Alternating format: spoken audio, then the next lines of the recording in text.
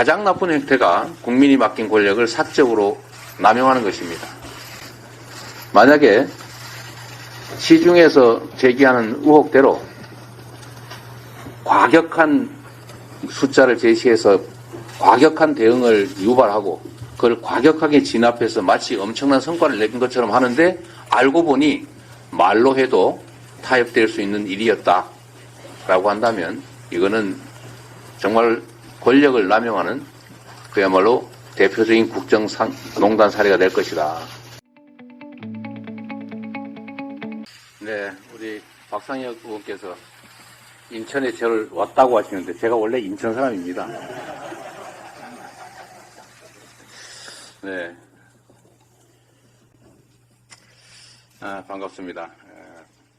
어떤 제가 인천에 있긴 하지만 또 인천에서 최고위원회의를 개최하게 되니까 어쨌든 감흥이 남다른 건 사실입니다.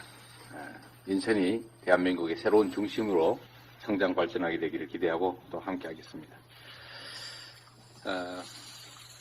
전세 사기 피해 때문에 유명을 달리하신 사건이 있었습니다. 지금 일주기가 됐습니다.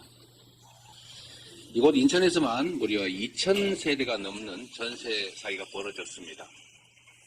1년이 지났지만 뚜렷한 대책을 마련하지 못하고 있습니다.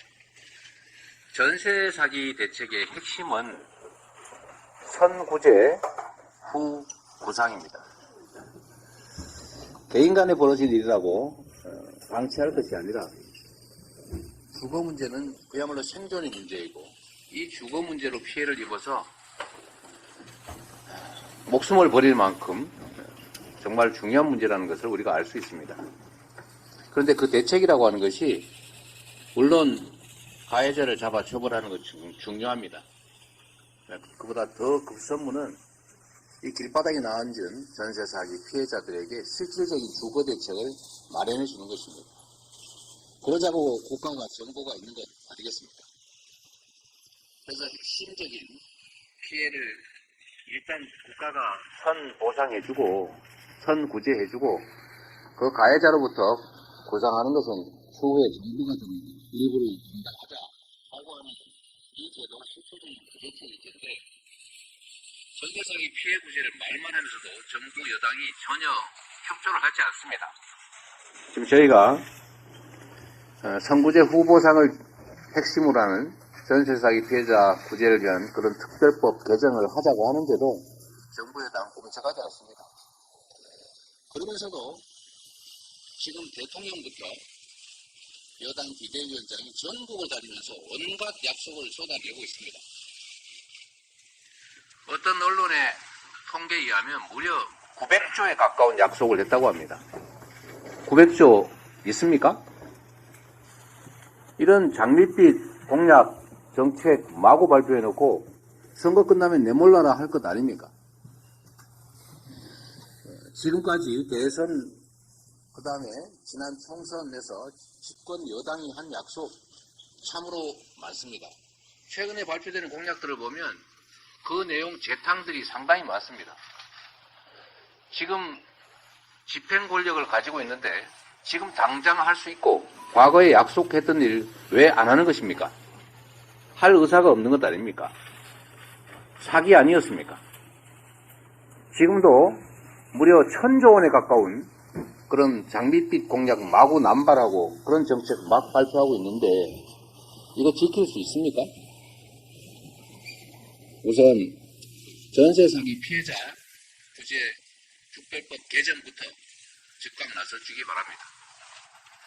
우리 민주당은 정부 여당이 약속하고 발표했던 각종 정책 중에서 동의하는 일들 많습니다. 또 공통 공약도 많습니다. 얼마든지 저희가 협조하겠다고 수차 말씀드렸습니다. 공약을 남발할 것이 아니라 지금 당장 할 것을 해야 됩니다. 말이 아니라 행동으로 국민들에게 보여주셔야 합니다. 이번 2월 국회에서 전세 사기 특별법 개정, 선구제 후 구상 이 제도를 반드시 도입해야 된다는 말씀을 드립니다.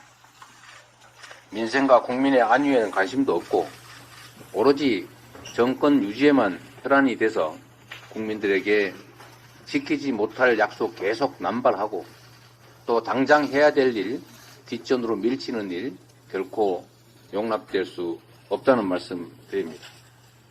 다시 말씀드리지만 지금은 대국민 정책 사기극을 할 때가 아니라 경제가 폭망하고 국민들이 죽음을 선택하면서 고통받고 있는 시기이기 때문에 진정으로 국민에게 도움이 되는 민생, 경제 정책을 실질적으로 실천해야 된다라는 말씀드립니다.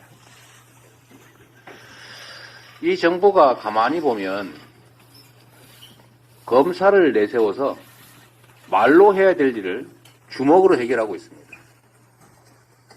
의료파업 대처가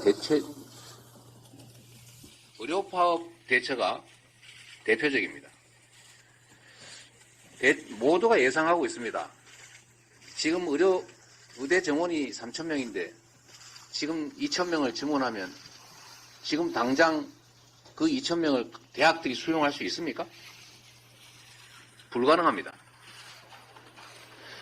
적정 규모로 보통 400~500명 정도의 정원을 늘려서 10년간 늘리면 어느 정도 수급 문제를 해결할 수 있다고 연구되고 검토되어 있습니다. 시중에 이런 얘기 떠도는 거 다 알고 있지 않습니까? 과격하게 2,000명 주장했다가 물러서는 척하면서 400~500명 선으로 적절히 타협하면서 마치 이게 큰 성과를 낸 것처럼 만들겠다. 소위 정치쇼를 하겠다라는 의혹이 있습니다. 사실이 아니길 바랍니다. 그러나 실제 흘러가는 모양새를 보면 그렇습니다. 저희가 파악한 바로는 의료계에서는 400~500명 정도의 순차 증원을 대체적으로 동의할 수 있다는 그런 분위기라고 합니다. 그러면 2,000명 고소하면서 구속하겠다고 위협하고 파업을 자극할 것이 아니라 대화에 나서야 합니다.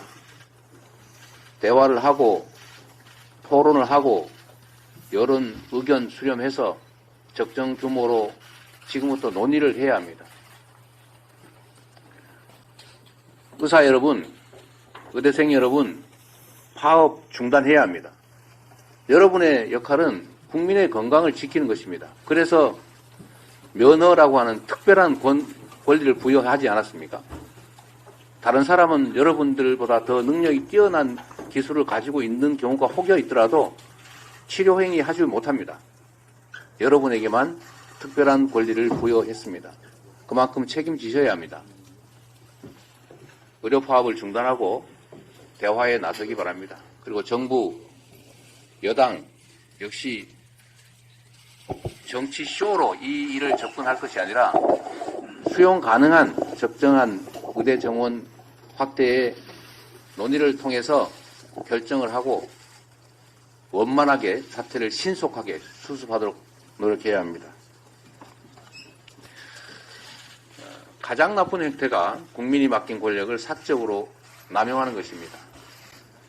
만약에 시중에서 제기하는 의혹대로 과격한 숫자를 제시해서 과격한 대응을 유발하고 그걸 과격하게 진압해서 마치 엄청난 성과를 낸 것처럼 하는데 알고 보니 말로 해도 타협될 수 있는 일이었다라고 한다면 이거는 정말 권력을 남용하는 그야말로 대표적인 국정농단 사례가 될 것이다. 양평 고속도로 또 최상병 사건 이런 일들의 버금가는 아니 그 이상의 국정농단 사례가 될 것이다 라는 점을 경고합니다.